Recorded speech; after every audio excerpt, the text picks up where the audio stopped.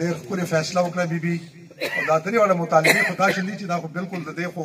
زبردست فیصله یې وکړه او دا به مولانا صاحب هم وکوي که مولانا صاحب منګه ګارنټي دي انشاءالله تعالی دا به منګه پوره کوو د روزګار په سلسله کې خو د تاسو ته دا وایم منګه خدمت کړی دی ګدون انډسټریل اسټیټ تاسو سره دی دا زمونږ په وینه جوړ شوی دی 80,000 خلکو دی کې 90,000 خلکو کار کوي اوس پکې 50,000 دی نو د ډاون دی دا زمونږ ایم دی چې به انشاءالله تعالی دا به مونږ بحال کوو دا د نوجوانانو لپاره دی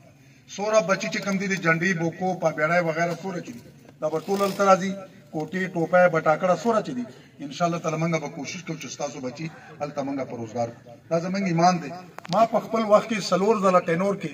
4 ځله د ایم پی ای پاتې شم 2 ځله منسټر پاتې شم ما په خپل دغه کې 7,000 کسان پاخه لګول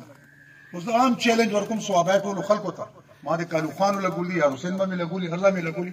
ما ته یو سړی داسې ناپیدا شي چا وجې سې موږ درخواست په خپله لیکلی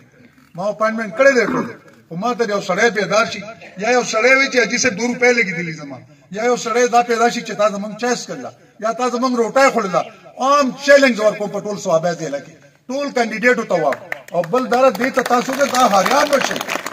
دا به حاریان شي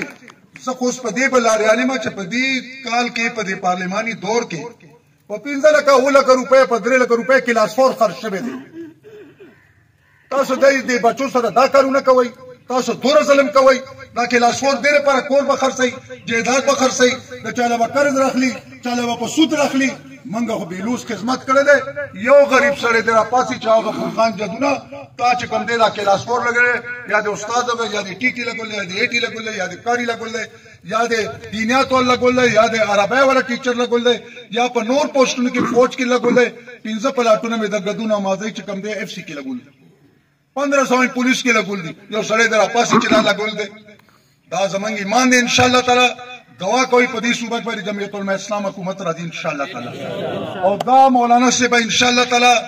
د قومي اسمبلی امیدوار قومي اسمبلی ممبر به جوړیږي انشاءالله تعالی نن بي فیصله وکړه دې پسې نورې فیصلې مې روان دي زما مسلمانانو ته دا مکمل چې کوم دی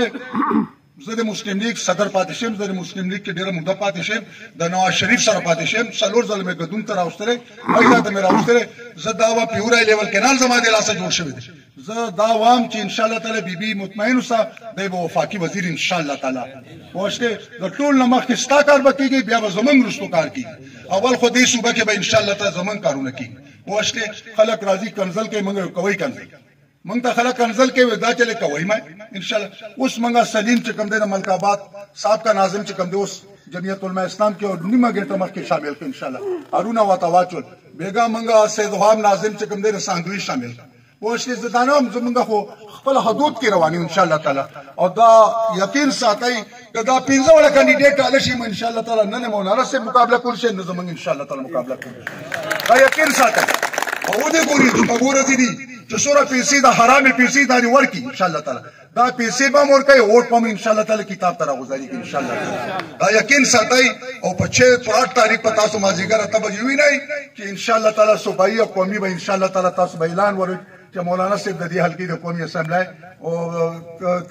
کامیاب شي او غفور جدون خو غریب سړی دی مالا تعالی سړی له سړی د ما زه خو هغه سړی پرون چې کوم دی نوګرام کې کولیاړ کې کونج کې یو بونیر سره کې زه مزغون کې ګرځېدلم او بیا رالم چې کوم دی نو په سارلې ته رالم هلته مې خلک شم بیا مې ساندوه کې شامل کړ بیا خپل کلي کې خپل ټبر مې جمع کړ ما کې یو ووټ د قومي اسمبلی غلط لاړ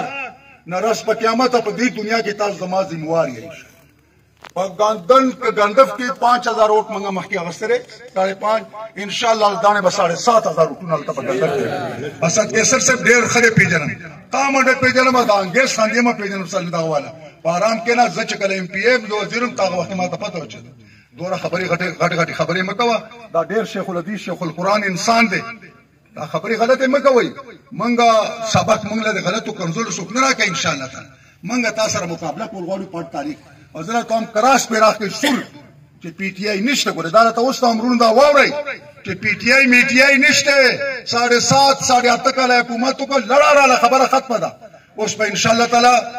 دا حکومت چې کوم را روان دی ډېر زر دا به د مولانا صاحب چې کوم دی فضل علي حقاني دی د حکومت پر جاینټ حکومت په جوړیږي مرکز او بیبي دا خو ایڈوایزري دا گواه کوا ان شاء الله تعالی ستا به موږ تعالی دوره عزت درکو چې دوره به تا زما په خیال زما خو 55 سال سیاست کې وشو دوره لوی چې کوم دی عزت په دله بل چا نه درکړي چې دا مولایان دله سوره درکړي